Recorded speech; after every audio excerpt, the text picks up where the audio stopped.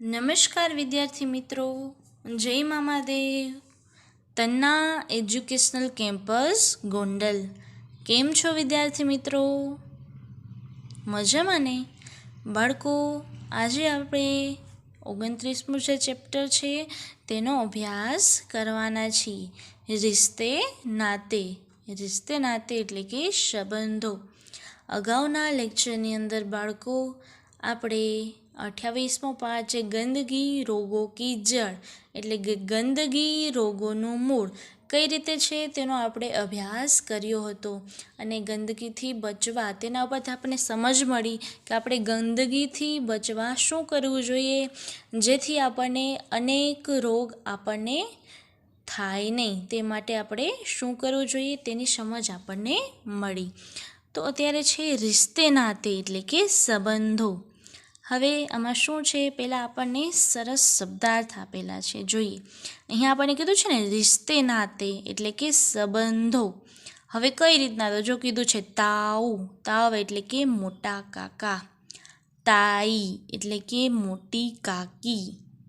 દાદા એટલે કે પિતાના પિતા. આ તો આપણને ખબર જ છે બાળકો કે પિતાના પિતા છે તેને આપણે દાદા કહીએ છીએ. પછી છે ચાચા એટલે કે પિતાના નાના ભાઈ. હવે ચાચા કોને કહેવાય, તો કે પિતાના નાના ભાઈ. અને મામા એટલે કે માતાના ભાઈ. તેના વિશેની આમાં સમજ આપી છે કે આપણા સંબંધો, સગા સંબંધીઓ છે, આપણા તાવ, તાઈ, દાદા, ચાચા, મામા કઈ રીતે થાય તેની સમજ આપણને આમાં વિવિધ ચિત્રો દ્વારા આપણને સમજાવવામાં આવી છે. બાળકો, પહેલાં શું કીધું છે અહીં? મેરા નામ ગૌરવ હે. શું કીધું છે? મારું નામ ગૌરવ છે. અહીં આપણે ગૌરવ છે તેના પરિવારના, તેના રિશ્તેના, તેના સંબંધો છે તેની અહીં વાત કરી છે. પણ બાળકો, અહીંયા તમારું જે નામ હોય તમે એ રીતે તમે બરાબર યાદ રાખી શકો કે મારું નામ આ છે, મારી માતાનું નામ આ છે, મારા નાનાનું કઈ રીતે થાય, એ બધું આની અંદર પોતાની જાતને ત્યાં મૂકીને તમે બરાબર રીતે યાદ રાખી શકો છો. અહીં આપણને ગૌરવની વાત કરી છે. જો મેરા નામ ગૌરવ હે એટલે કે મારું નામ શું છે? ગૌરવ છે. મેરી બહન કા નામ ગીતા હે. મારી બહન એટલે કે બહેનનું નામ ગીતા છે. અહીં તમારી જે બહેનનું નામ હોય એવી રીતે તમે યાદ રાખી શકો. उसके बाद रसिक भाई मेरे पिता और सरला बहन मेरी माता है. હવે પહેલાં તો તેનું ખુદનું નામ કીધું કે શું છે, પછી મેરી બહન કા નામ એટલે મારી બહેનનું નામ ગીતા છે. હવે છે પિતાજીનું નામ. રસિકભાઈ મેરે પિતા હે એટલે કે રસિકભાઈ મારા પિતા છે. ઓર સરલા બહન મેરી માતા હે. સરલા બહેન મારી માતા છે અથવા તો મા છે. मैं अपने पिता के पिताजी को दादाजी કહેતા હું. હવે બાળકો, આપણને ખબર જ છે કે આપણા પપ્પા છે, આપણા પિતા છે, એના પપ્પાને આપણે શું કહીએ? તો દાદાજી કહીએ ને, દાદા કહીએ ને. તો અહીં એ જ કીધું છે કે મેં અપને પિતા કે પિતાજી કો દાદાજી કહેતા હું. તમારા પપ્પાના પપ્પા તમને શું થાય? તો કે દાદા થાય. તો અહીં જ કીધું છે કે મેં અપને પિતા કે પિતાજી કો દાદાજી કહેતા હું. मैं अपने पिता की माताजी को दादीजी कहता हूँ. હવે જો જેમ પિતાજી કે પિતાજી કો દાદાજી કહેતા હતા તેમ અહીં પિતા કે માતાજી કો એટલે કે મમ્મીને શું કહે છે? તો કે દાદીજી. मैं अपने पिता की माताजी को दादीजी कहता हूँ. હું મારા પિતાના મમ્મીને અથવા તો માતાને દાદીજી કહું છું. આ તમારા પિતા છે, તેના મમ્મી છે, તમે એને શું કહો છો? દાદીજી, બા કે એવું બધું કહેતા હશો. મેં ઉનકા પોતા હું. હું એનો પૌત્ર છું. પિતા કે બડે ભાઈ મેરે તાऊ હે. પિતા કે બડે ભાઈ મેરે ક્યાં હે તાવ હે, એટલે અહીં આપણને શું કીધું છે? તાવ, એટલે અહીં મોટા કાકા કીધું છે. પિતા કે બડે ભાઈ મેરે તાવ હે. ઉનકી પત્ની મેરી તાઈ હે. અહીં તાઈ એટલે શું કીધું છે? કે મોટી કાકી. ઉનકી પત્ની એટલે કે તાવ કી પત્ની. મેરી તાઈ હે એટલે કે મારી મોટી કાકી છે. પિતા કે છોટે ભાઈ કો મેં ચાચા કહેતા હું. હવે ગૌરવ છે એ તેના પિતા છે, એના છોટે ભાઈ એટલે કે નાના ભાઈ. કો મેં ચાચા કહેતા હું. ચાચા એટલે કે કાકા. નાના ભાઈ છે તેને કાકા કહે છે, તેના પિતાના નાના ભાઈ. પિતા કે છોટે ભાઈ કો મેં ચાચા કહેતા હું. मेरी माँ के पिताजी मेरे नानाजी है. હવે આપણને શું કીધું છે?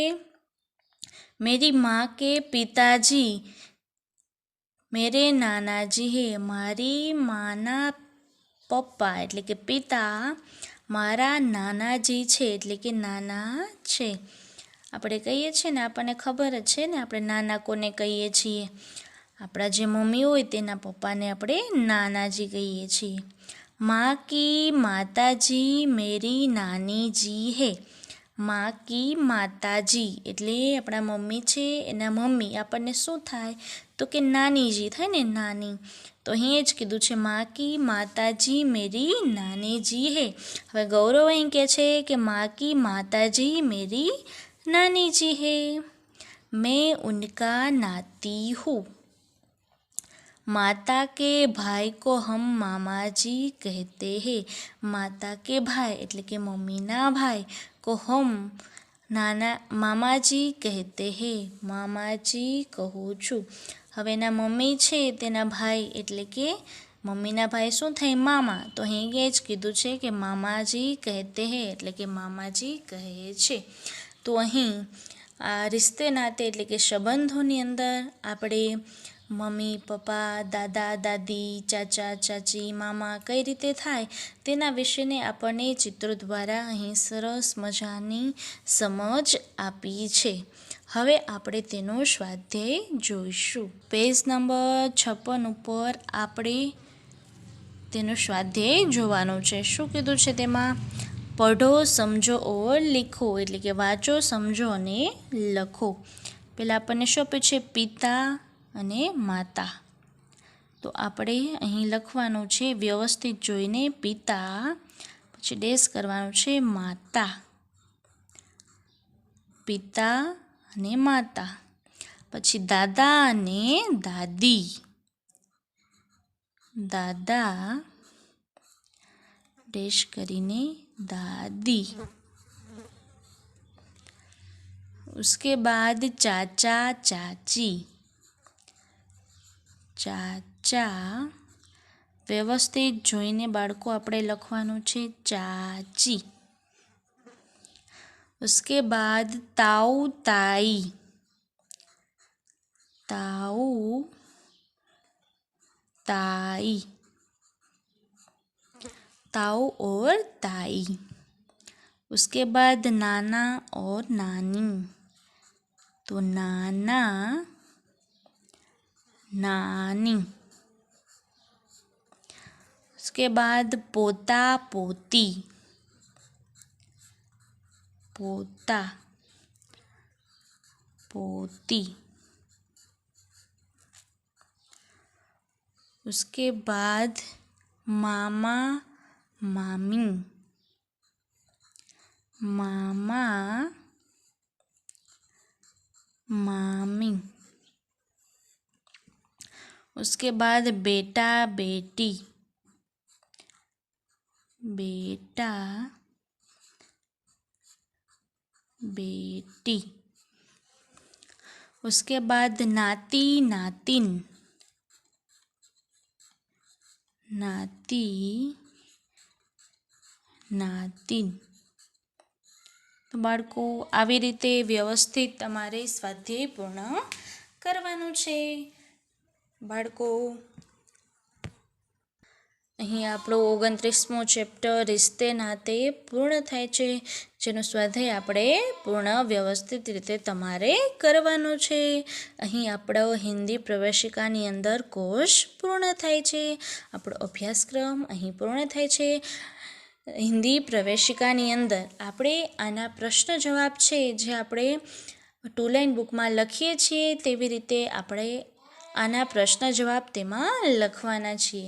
તેમજ આપણે હિન્દી વાક્યોનું ગુજરાતી કઈ રીતે લખાય તેની પણ સમજ તેમાં મેળવવાના છીએ. ઓકે બાળકો, તો ત્યાં સુધી તમારે આ સ્વાધ્યાયને વ્યવસ્થિત રીતે પૂર્ણ કરવાનું છે. તેમજ તમારે હિન્દી વાક્યો છે તેમજ અહીં આપણને જે સમજાવવામાં આવ્યું છે તેને વ્યવસ્થિત રીતે તમારે વાંચવાનું છે. ઓકે બાળકો, સરસ. અને આગળના જેટલા પણ પાઠનો આપણે અભ્યાસ કર્યો તેનો સ્વાધ્યાય તેમજ પ્રશ્ન જવાબ તમારે પૂર્ણ કરવાના બાકી હોય તો એ તમારે વ્યવસ્થિત રીતે પૂર્ણ કરી લેવાના છે. અને પ્રશ્ન જવાબની વ્યવસ્થિત રીતે તૈયારી કરવાની છે, જેથી તમને પરીક્ષાની અંદર કે પૂછવામાં આવે પ્રશ્નો તો તમે સરળતાથી વ્યવસ્થિત રીતે લખી શકો. તો બાળકો, હવે પછીનો અભ્યાસક્રમ આપણે પછીના લેક્ચરમાં કરીશું. ત્યાં સુધી જય મહાદેવ.